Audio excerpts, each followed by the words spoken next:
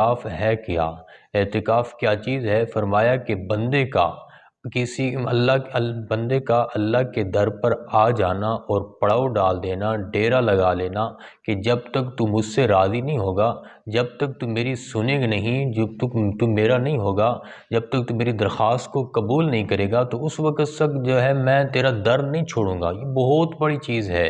معتکف کی مثال فرمایا یہ ایسی ہے کہ نکل جائے دم تیرے قدموں کے نیچے، یہی دل کی حسرت، یہی دل کی آرزو ہے کہ جب یہ کام جو ہے کسی عام انسان کے ساتھ بھی ہو، کسی جو ہے کوئی عام انسان کے در پر جا پڑے اور اس کے در پر ایک دن بھی بیٹھ جائے، تو وہ انسان کتنا مرضی سخت دل ہو تو اس کا دل بھی نرم ہو جاتا ہے کہ یار پورا دن میرے در پہ بیٹھا رہا ہے، میرے پاس کام آیا ہے، مجھ سے کچھ کہنا چاہتا ہے، تو وہ سنے گا اور قبول کرے گا، درخواست کو قبول کرے گا، وہ بات کو مانے گا۔ تو جب اللہ کے در پر انسان 10 دن بیٹھتا ہے تو اللہ رب العزت تو کریموں کی کریم ذات ہے، اللہ رب العزت تو بڑی غفور و رحیم ذات ہے، اللہ رب العزت تو جو ہے بخشش کے لیے بہانے ڈھونڈتی ہے، بلکہ بے بہانہ بھی اللہ رب العزت کی ذات بخش دیتی ہے۔ تو اس لیے جب بندہ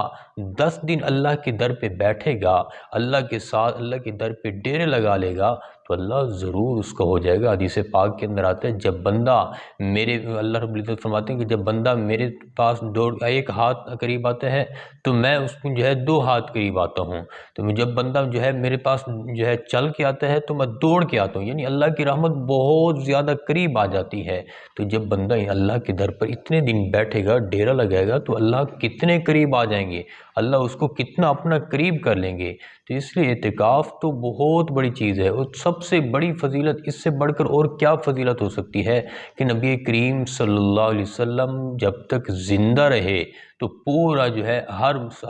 سال رمضان مبارک کا آخری عشرہ نبی کریم صلی اللہ علیہ وسلم اعتکاف فرماتے تھے۔ تو جس کو نبی کریم صلی اللہ علیہ وسلم اتنی پابندی سے کرتے ہوں تو اس عمل کی کیا فضیلت ہوگی، اس عمل کا کیا مقام ہوگا، اس لیے بہت بڑی فضیلت ہے۔ ایک حدیث پاک کے اندر نبی کریم صلی اللہ علیہ وسلم نے فرمایا کہ معتکف جو ہے اعتکاف کرنے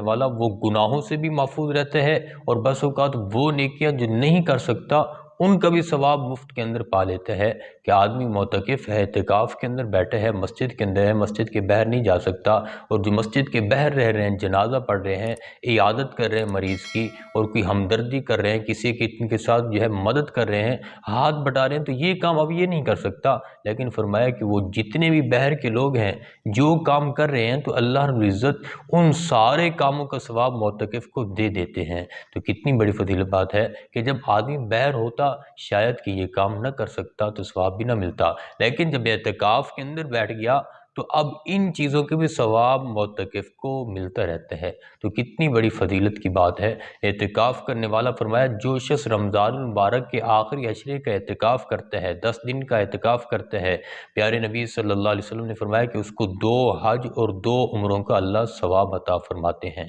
تو کتنی بڑی فضیلت ہے۔ فرمایا کہ اعتکاف یہ تو فضیلت ہے، اصل اعتکاف جو ہے اعتکاف کی 3 قسمیں ہیں۔ فرمایا ایک اعتکاف واجب ہے، اور دوسرا اعتکاف سنت ہے، اور تیسرا اعتکاف مستحب ہے۔ واجب اس اعتکاف کو کہتے ہیں کہ کسی آدمی نے نظر مانی کہ میرا یہ کام ہو گیا تو میں اتنے دن اعتکاف بیٹھوں گا، یا ایسے ہی کہہ دیا کہ اگر میں اتنے دن اپنے آپ پر اعتکاف لازم کرتا ہوں، میں اتنے دن اعتکاف بیٹھوں گا، تو یہ اعتکاف واجب ہو جاتا ہے۔ اور جب یہ واجب ہو گیا تو اس کے ساتھ ساتھ روزہ بھی واجب ہو جاتا ہے، کیونکہ بغیر روزے کے اعتکاف نہیں ہوتا۔ تو جب یہ واجب ہو گیا تو واجب کے اندر روزہ بھی ضروری ہے کہ جتنے دن یہ اعتکاف بیٹھے گا اتنے دن روزہ بھی رکھے گا۔ اور دوسرا سنت جو ہے اعتکاف سنت ہے، وہ یہی آخری عشرے کا اعتکاف ہے جو نبی کریم صلی اللہ علیہ وسلم فرماتے تھے۔ اس کے لیے اس کے اندر تو ویسے ہی روزہ ہوتا ہے، اعتکاف کے لیے روزہ ضروری ہے، اگر روزہ نہیں رکھے گا تو اعتکاف بھی نہیں ہوگا۔ تو اس لیے یہ تو رمضان المبارک ہے، اس کے اندر تو روزہ ہوتا ہی ہے، تو اس لیے نبی کریم صلی اللہ علیہ وسلم اعتکاف فرماتے تھے۔ تو جو اعتکاف اس آخری 10 دنوں کا کرے گا تو اس کے لیے روزہ بھی ہوگا اور اعتکاف بھی ہوگا، اور یہ اعتکاف سنت ہے۔ تیسرا اعتکاف مستحب ہے، اور اس کے لیے کوئی وقت مقرر نہیں ہے، جب بھی آدمی کا دل چاہے مسجد کے اندر آ رہا ہے نیت کر لے کہ میں مسجد کے اندر جتنی دیر ٹھہروں گا اعتکاف بیٹھوں گا، تو جتنی دیر بیٹھے گا اس کو اعتکاف بھی کبھی ثواب ملتا رہے گا، ویسی نماز بھی پڑھتا رہے گا، اعتکاف کے اندر بھی ہوگا، جو کام بھی کرے گا وہ اعتکاف کے اندر بھی ہوگا۔ اس کے لیے اس میں بھی بہت بڑی فضیلت ہے۔ اس لیے آدمی کو چاہیے کہ جب بھی مسجد کے اندر آئے تو اعتکاف کی نیت کر لے، یہ اعتکاف مستحب ہے۔ تو جو سنت اعتکاف ہے، جو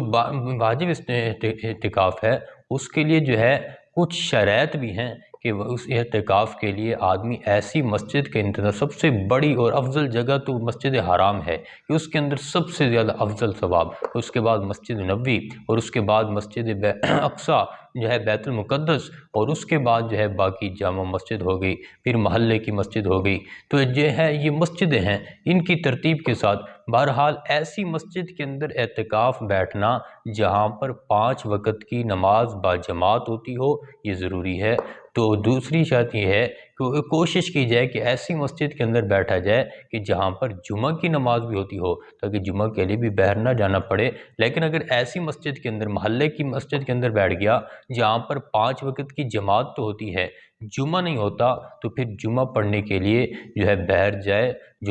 جامع مسجد کے اندر جائے، جمعہ پڑھے، اور جمعہ پڑھ کے فوراً ہی واپس آ جائے، کسی سے جو ہے کلام، کسی سے باتیں وغیرہ نہ کرے، دوسرے ایسے کاموں کے اندر مشغول نہ ہو جو دنیاوی کام ہیں، تو ان سے پرہیز کرنا چاہیے۔ اور اعتکاف جب آدمی بیٹھ گیا ہے، اللہ کے در پہ آ گیا ہے، تو پھر تعلق اللہ کے ساتھ ہونا چاہیے، پھر دنیا داری، پھر دنیاوی کام، دنیاوی باتیں، ان سے پرہیز کرنا چاہیے کہ جب آدمی اللہ کے در پہ آ گیا ہے تو اللہ کے ساتھ اپنا تعلق مضبوط بنائے، اللہ کے ساتھ اپنے لو لگائے۔ تو جب اللہ کے ساتھ تعلق مضبوط بنائے گا، اللہ کے ساتھ لو لگائے گا، تو اللہ اس کے دل میں اترے گا، اللہ کا قرآن اس کے دل میں اترے گا۔ اور اعتکاف کا فرمایا کہ سب سے بڑا فائدہ بھی یہی ہے کہ اعتکاف کی وجہ سے قرآن دل کے اندر اترتا ہے، کیونکہ قرآن جو ہے لیلۃ القدر کے اندر اترا، لیلۃ القدر آخری رات کے اندر ہوتی ہے۔ اور اس سے بھی بڑا فائدہ یہ ہے کہ جو معتکف ہے وہ یقینی طور پر شب قدر کو پا لیتا ہے، لیلۃ القدر کو پا لیتا ہے، کیونکہ معتکف یہ ایسا ہے